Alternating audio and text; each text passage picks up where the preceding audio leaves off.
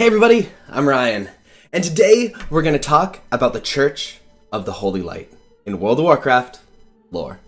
So this is a general overview of the church. If I talk about anything you want to learn more about, those links are going to be in the description as soon as I do the video for them. It's a lot, so bear with me. The links will go up as soon as it's done. The Church of the Holy Light is the primary religion for humans. Helpfully, humans have heritage in the Vrykul, who were created by the Keepers, who wielded the light. Thus, humans have a particular affinity for the light. The founding principles of the Church of the Holy Light is sacrifice and courage. And the church eventually spread into other organizations, such as the Holy Order of Northshire Clerics in Stormwind, the Knights of the Silver Hand, the Argent Dawn, and the Scarlet Crusade. Clerics of Northshire Abbey used to call the light God, but that sense has changed and stopped, or has been retconned. The church vehemently condemns those who follow the shadow, because followers of the light have one thing in common: the desire to cleanse the universe of the void. The church follows the light, which they personify quite a lot, implying that the light has a will of its own. Some members of the church believe that the light is an abstract deity, where all fates are constructs of its design, though the general belief within the church is that mortals were chosen to act as a vessel for the light. Before the first human empire, the human tribes struggled to survive after their Vrykul parents abandoned them. They enjoyed gathering around and reading from scrolls telling about ancient stories and heroes. One particular story they latched onto, the story of a great hero who sacrificed his right hand in his fight against evil, replacing it with a pure silver one. However, the hero's name was lost with time: the Keeper, Tyr. The church itself traces its origins back over 2,000 years, when the human general Lordain of Arathor gave his life, holding off an overwhelming force of Amani Trolls during the Troll Wars. One of the people he saved with his heroic act was his sister, Mereldar. Mereldar began having visions of the light, the Naru. They filled her mind with visions of holiness, retribution, protection, justice, and compassion. And she found that when she put the teachings of the light into practice, she felt the light flow through her. Other humans reported feeling these things as well and having these visions, so they decided to put the teachings of the light into written word, based on selflessness and the belief that the light dwells in all things. The movement sparked widespread faith in the Holy Light and became the primary human religion. Centuries later, the Kingdom Lordaeron codified all the light-based traditions and beliefs into the Church of the Holy Light. Lordaeron was the base for the church and was a destination for people seeking healing, wisdom, or inner peace. They even used the symbol of the Keeper Tyr's hand as a symbol for the church. Many temples and churches were thus constructed in human lands, and a hierarchy of leaders was made to oversee its followers. Some of the oldest and most revered holy sites that were made during this time were Light's Hope Chapel, Stratholme, Andorhal, and Tyr's Hand.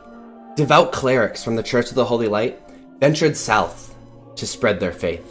When they reached Stormwind, they founded the Holy Order of Northshire Clerics, establishing Northshire Abbey. The kingdom looked to the clerics for wisdom and inner peace, especially during the Gnoll Wars. The clerics used their power of the light to soothe the minds and hearts of Stormwind citizens during these dark times. In the center of Stormwind also stands the Cathedral of Light, which is the home to high-ranking members of the Church of the Holy Light. During the First War, the Holy Order of Northshire Clerics risked their lives to heal the wounded in combat. They accompanied every Stormwind patrol, not just in this war, but in past wars as well, including the Gnoll Wars and the war against the Gurubashi Trolls. They had been known to heal the enemy Gnolls and Trolls on the battlefield, so in battle, the enemy recognized this and they were relatively safe. The Orcs in the First War did the opposite. They targeted the clerics, knowing that they could return a wounded human to battle. Still, the clerics kept joining the military in battle, and their bravery became legendary. During the Second War, Archbishop Alonsus Faol proposed forming a new order within the church. He began recruiting a handful of knights who showed an ability to wield the light and exemplified bravery, loyalty, and honor. These would become the first Paladins, trained in war but also piety and healing. And the group would be called the Order of the Silver Hand. Archbishop Faol taught them how to mix these abilities together and to be a shining light of inspiration on the battlefield. The Paladins were told to lead simple lives, seek no fortune in war, and to put the needs of others above their own. They were giving librams written by Mereldar. After each virtue, each individual Naru taught her in her visions, and Faol challenged his students to be the living embodiment of the libram they represented. Uther was to represent justice, Tyrion, retribution, Saiden, holiness, Gavinrad, compassion, and Turalyon, protection. Turalyon and Uther were even chose to serve as lieutenants in the Alliance army under Anduin Lothar. The armies of Lordaeron were deeply religious, which further pushed the Paladins into leadership roles. And in the role of the Paladin, the Tomb of Divinity states it best. In all things, Paladins must reflect the light, which supplements our strength. To strive to be divine for one of our kind does not mean we strive for godhood. We strive to be good in all actions. Although called upon to smite evil in these harsh times, you must always remember that it's aiding others that will truly set you apart from the other citizens. Compassion, patience, bravery. These things mean as much to a paladin as strength in battle. Know this well, and never forget it. When the Second War was won, the Paladins worked with the Church to heal the sick and grant shelter for the survivors. The Church even gathering funds to help rebuild Stormwind.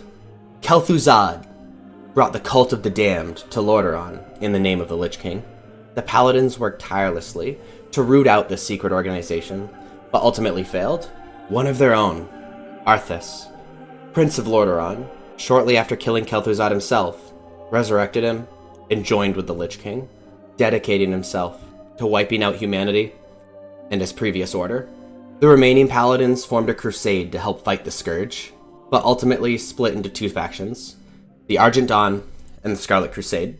When Scourge necropolises appeared above Azeroth, the Church created holy artifacts that could strike down these structures.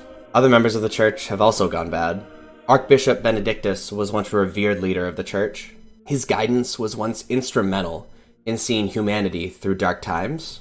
Behind it all, Benedictus had pledged himself to destroying all life on Azeroth, and to his master, Deathwing. He wanted to bring about the Hour of Twilight. The Church of the Holy Light continues to fight for and support the Alliance, even participating in the Battle of the Broken Shore, and healing wounded refugees in the burning of Teldrassil.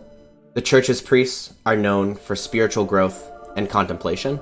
They use the light to heal and protect.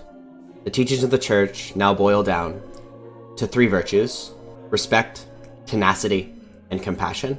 Either the 5 librams of the Paladins were boiled down into these 3 virtues, or 2 teachings were just simply ignored by the modern Church, showing that it has developed over time.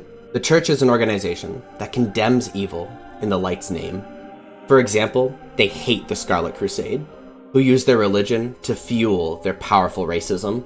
On the other hand, the Argent Dawn has undead members within its ranks. Those undead didn't want to become Forsaken Shadow Priests, and instead, at the subject of great pain, continued to follow the light. The Church of the Holy Light is an organization that has definitely done considerable good for Azeroth, but, as with every other organization or religion, many members too literally interpret their beliefs and use that belief system to do considerable evil.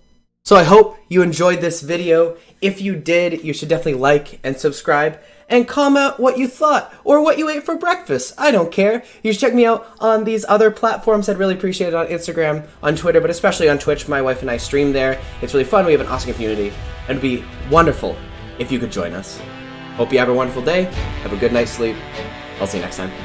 Bye-bye.